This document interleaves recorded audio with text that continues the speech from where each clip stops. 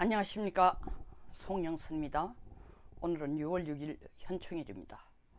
오늘 방송 들어가기 전에 호국 영령에 대한 묵념을 잠깐 하고 들어가겠습니다. 묵념.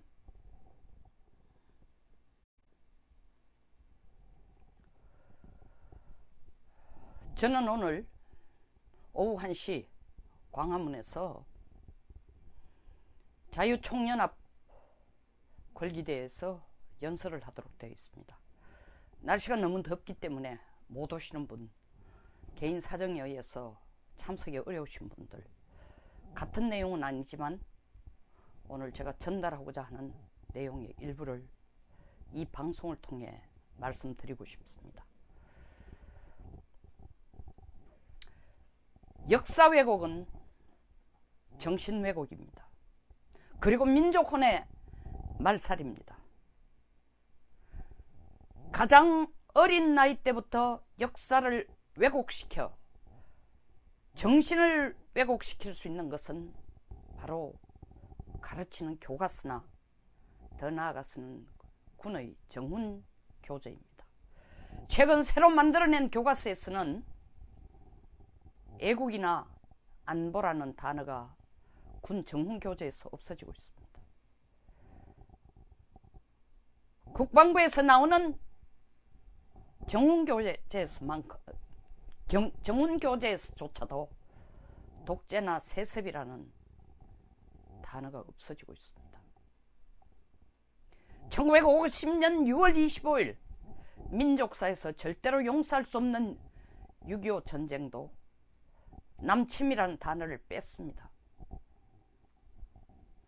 새마을운동을 박정희 대통령의 독재 정권의 하나의 행위로 생각하여 새마을운동, 최근 대통령이 개헌한다고 하면서 부마항쟁, 5.18 사태는 민주항쟁으로 넣으면서도 새마을운동은 전 세계가 인정해주고 전 세계가 모두 닮고 싶어하는 이 운동은 교과서의 수치라고 생각하고 교과서에서 빼려고 하고 있습니다.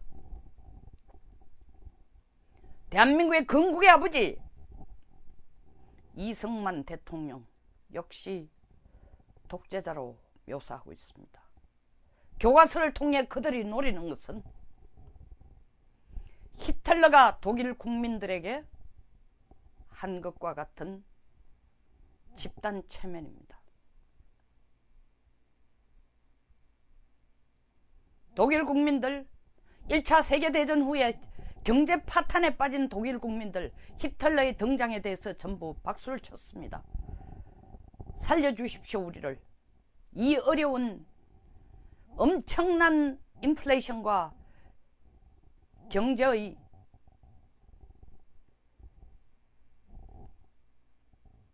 패망의 꼴짜기에서 우리를 구해 주십시오.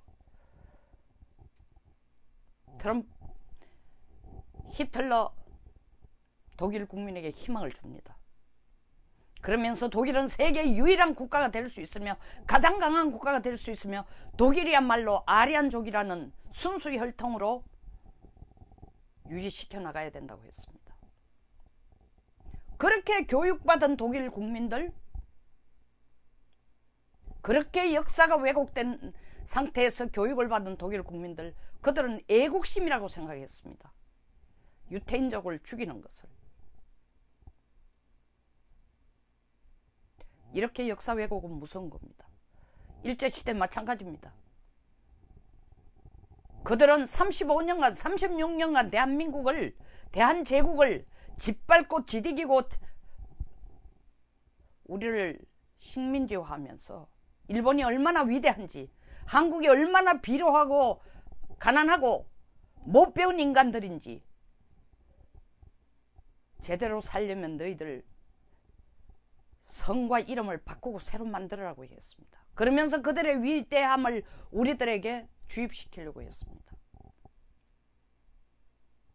이와 같이 역사 왜곡은 그 민족혼에 절대적이고 치명적인 영향을 주는 겁니다. 이 정부 새로운 역사 스타일로, 새로운 역사로 국민들의 역사를 바꾸려고 하고 있습니다. 국민들의 역사 인식을 바꾸고 정신을 바꾸고 혼을 바꾸려고 하고 있습니다. 지금 잘 사는 이 대한민국은 다 민주화 운동의 결과라고 강조를 하고 있습니다.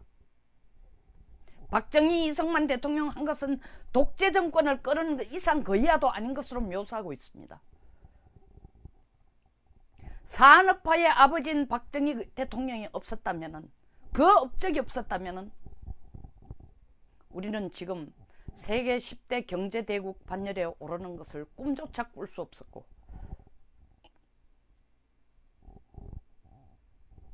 이승만 대통령이 아니었으면은 김일성의 군합발 하에 우리는 소련이 진두지휘하는 공산주의 체제 하에서 지금 공산국가로, 지금과 같이 잘 사는 자유민주주의 체제, 자유시장 경제 체제를 꿈도 못 꿨을 겁니다. 많은 젊은이들이 지금 헬조선이라고 하고 있습니다. 물론 취직하기 어렵고 그렇게 밝은 미래가 약속되지 않기 때문에 불안하고 불편한 마음에서 그럴지 몰라도 저는 헬조선이 아니고 해번조선이라고 생각합니다. 전 세계 200여 개국 국가 중에서 50년 만에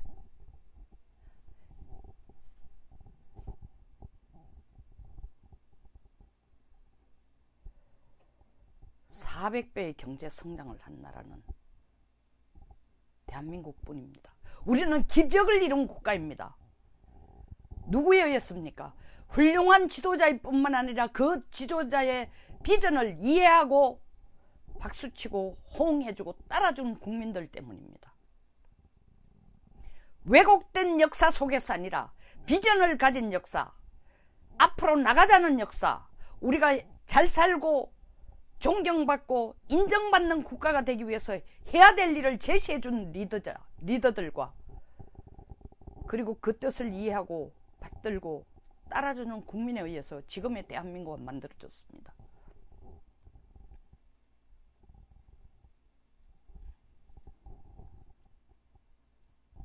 (4월 27일) 정상회담이 한 번 열려, 남북한 정상회담이 남쪽 땅에서 열려 김정은 한 번 보고 대담하다, 멋있다, 담백하다, 솔직하다, 순간적인 착시 현상과 착각 현상을 일으키는 국민들, 도대체 그들 머릿속에 뿌리 깊이 내려앉은 역사인식은 어디에서부터 시작이 됩니까?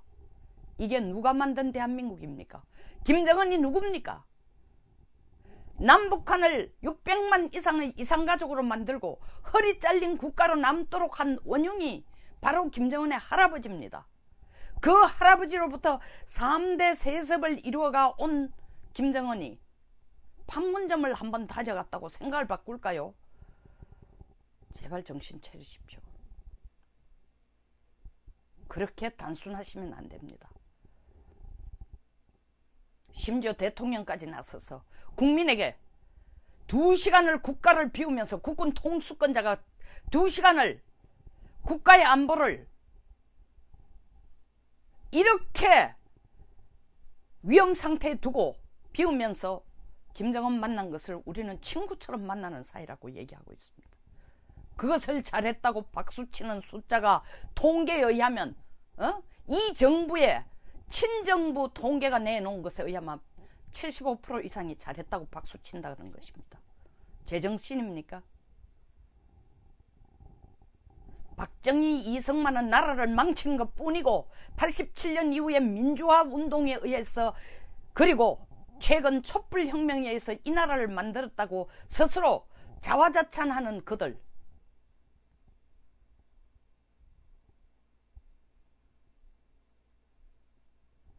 부모 없는 자식 없습니다. 지금의 대한민국이 만들어진 세계 10대 경제대국의 반열에 오른 세계 어딜 나가도 삼성, LG를 모르고 대한민국을 모르는 나라나 고을, 마을이 없는 이 현실은 대통령, 과거 대통령 혼자 만든 것도 아니고 국민 혼자 만든 것도 아닙니다. 대통령과 국민이 하나 됐을 때 만든 겁니다. 뭘 향해? 미래를 향해. 바른 역사 인식을 가지고 나갈 때에 우리는 손뼉치고 따라주고 지도자는 사심없이 우리를 국위선양과 나라의 부를 위해 끌어갔기 때문입니다. 최근 미국 정상회담을 눈앞에 두고 트럼프 대통령 입에서 종전선언이라는 단어가 나오니 가장 행복해 하시는 분이 우리 대통령인 것 같습니다. 왜?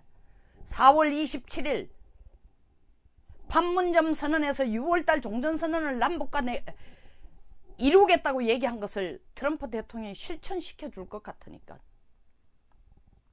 저는 그런 우리 대통령님의 행동을 보며 지금 싱가포르 가고 싶어 정신이 없습니다. 미국이 꾸중할까봐 꿀밤을 줄까봐 눈치 보며 아주 말을 자제하고 있습니다. 왜냐하면 지난 5월 22일 두 번째 미국 정상회담, 한미 정상회담, 이 미국 정상회담 관련을 위한 두 번째 한미 정상회담을 한 후 미국이 문 대통령에게 제발 입 다물고 오브저버로 그냥 앉아있거라. 드라이버니 운전자니 중재자니 그런 용어 쓰지 말고 귀찮다. 방해나 되지 말아달라.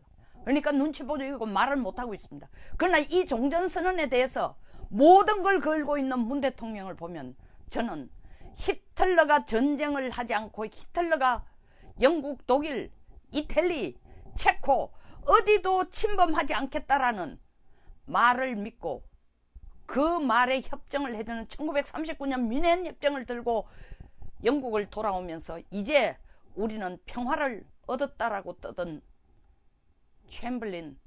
챔berlain 영국 수상을 연상시킵니다.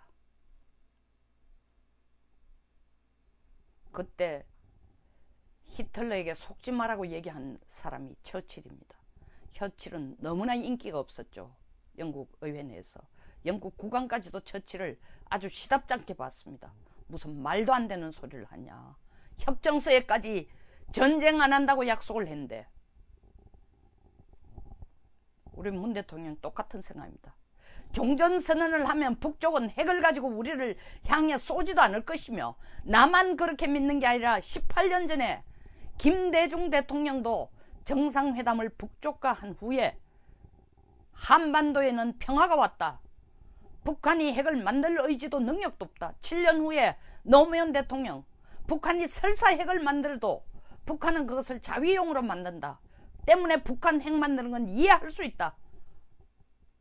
지금 대통령은 북한이 핵을 가지고 있다 손치더라도 우리를 향해 때리는 것이 아니라 한반도의 평화를 지키기 위한 하나의 수단인 핵이 있는 것이 북한이 핵을 가지는 것이 한반도 안보에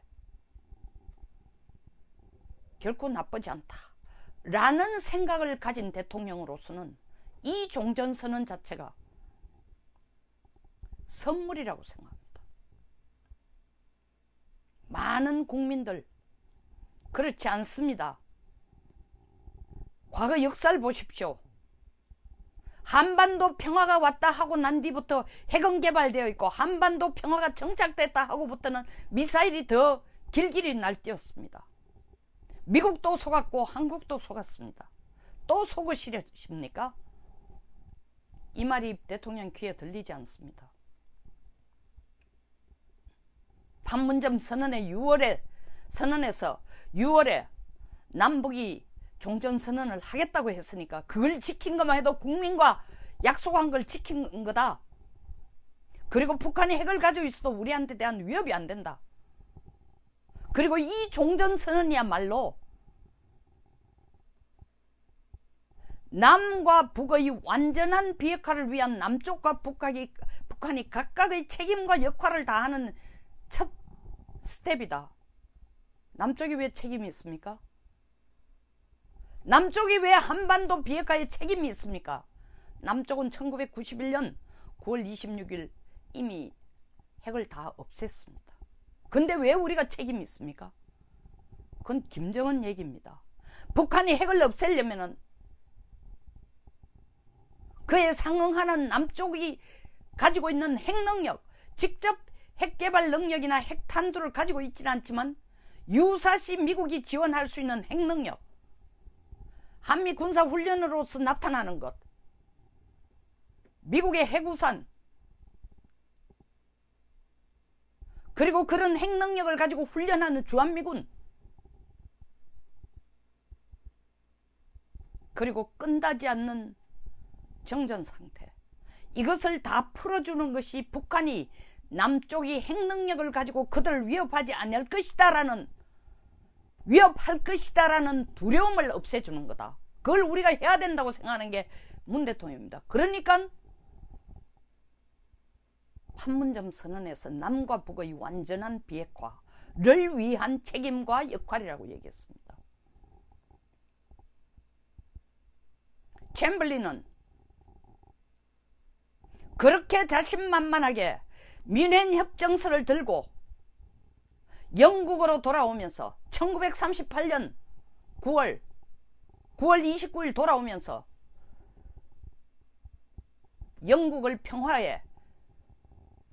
영국에게 평화를 가져오겠다고 큰 소리를 쳤지만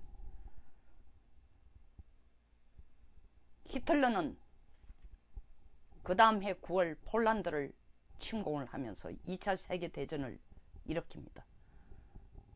그 한 해 넘어 챔벌린은 화병으로 죽었습니다.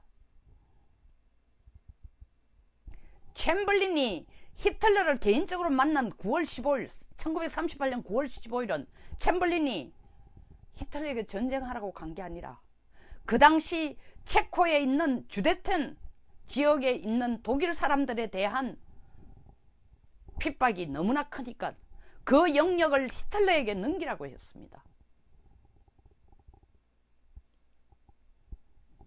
독일 관할로 넘기라고 했습니다. 챔벌린이 전쟁하자고 간 건 물론 아니죠. 히틀러를 설득시켜서 주데텐 병합을 허락해 줄 테니까 우리가 프랑스나 이탈리아와 함께 거기에 체코까지 합쳐서 협조해 줄 테니까 전쟁하지 말자고 갔습니다. 히틀러 전쟁 안 한다고 약속한 게 뮌헨 협정입니다. 그러나 결국 전쟁을 합니다. 폴란드를 침공하면서 전쟁합니다. 2차 세계대전을 시작합니다. 우리가 종전협정을 받아들면 북한이 핵을 가지고 우리를 위협하지 않고 한반도에서 우리를 더 이상 위협하지도 않고 도발하지 않을 거다. 똑같은 종전선언문을 들고 문 대통령 같은 챔벌린과 같은 말을 되풀이할지도 모릅니다. 이제 한반도의 전쟁은 끝났다. 종전선언이 됐기 때문에 오직 남은 것은 평화뿐이다. 이 평화를 영원히 정착시키는 것이 남과 북이 해야 될 일이다. 이 평화가 영원히 정착되기 위해서는 북쪽도 우리처럼 편안하고 잘 살아야 된다. 지금부터 우리가 해줄 것은 남북 경협이다. 여러분은 어떻게 돌아가는지 안 보이십니까? 챔벌린이 사악한 사람이 아니었습니다. 다만 귀가 얇았습니다. 자기가 착하니까 상대방도 착하다고 착각한 겁니다. 똑같습니다. 그 종전선언, 챔벌린이 들고 자랑스럽게 흔들던 뮌헨 협정처럼 이 종전선언이 우리 대통령이 자랑스럽게 흔들 겁니다. 아니면 최소한 그 얘기가 안 나와도 그걸 향해서 7월 26일 남북미가 같이 앉아 하던 원래 내의 관심사는 종전선언을 트럼프가 허락해주고 남북이 손뼉 쳐주는 겁니다. 최저임금이 어떠고 청년실업이 어떠고 청년들이 헬조선이 어떠고 관심이 없습니다. 지금 관심이 없도록 교과서나 정문 교재를 통해 젊은이들 머리를 엄청나게 세뇌하고 마비시켜 놨습니다. 지금쯤 이제 우리 청년들이 앉아서 생각해야 됩니다. 여기에 간극이 없나? 종전선언이 평화를 갖다 준다고 하는데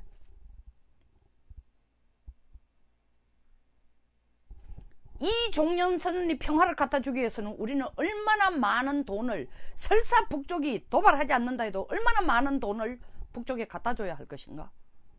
그들의 대통령이 말한 것처럼 우리처럼 잘 살기 위해, 대등하게 잘 살기 위해서, 잘 살도록 하기 위해서 얼마나 많은 세금과 얼마나 많은 희생과 얼마나 많은 경제적 지원을 해야 될 것이에요. 그게 누구 몫으로 돌아갑니까? 누구 부담으로 돌아갑니까?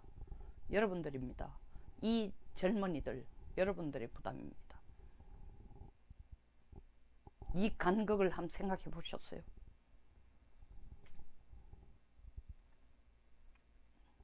종전선언은, 북한의 비핵화가 이루어지기 전에 종전선언은 우리에게 축복이 아니고 저주입니다. 우리가 트럼프 대통령 입에서부터 들어야 될 것이 종전선언이 아니라 김정은 입에서 북쪽에는 핵이 더 이상 없다.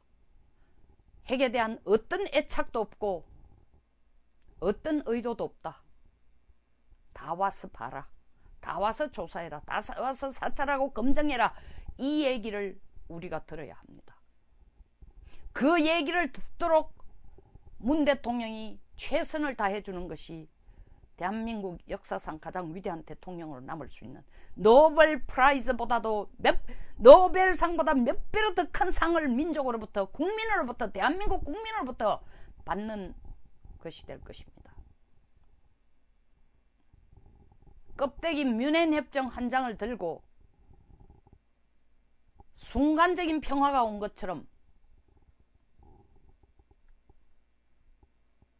챔블린 수상이 흔들어대는 것처럼 우리 대통령 종전선언을 가지고 국민들에게 한반도의 평화 정착의 첫발이 이루어졌다라는 얘기로 국민들을 오도해서는 안 됩니다. 이 현충일 날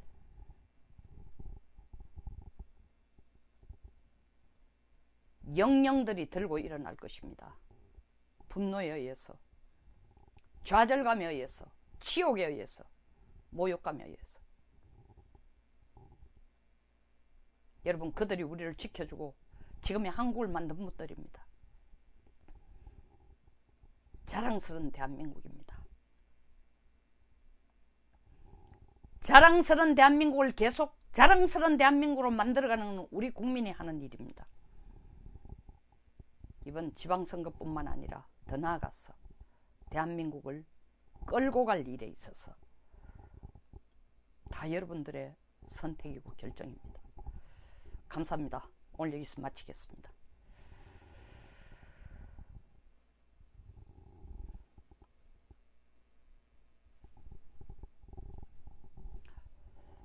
보시고 공감하시면 좋아요, 구독 버튼을 꼭 부탁드리겠습니다. 제가 오늘 약속을 드렸습니다. 오늘부터 회원제로 시작하겠다고. 행정적인 준비가 아직 좀 덜 됐습니다. 조만간 사실 회원 가입의 문제라든가 후원의 문제다, 이런 것을 방송에서 다시 하겠습니다. 여민정씨 오늘 연설 가시죠라고 했는데 당연히 제가 오늘 연설자입니다. 갑니다. 꼭 오셔서 지원 격려해 주시기 바랍니다. 저를 위해서 아니라 대한민국을 위해서. 감사합니다.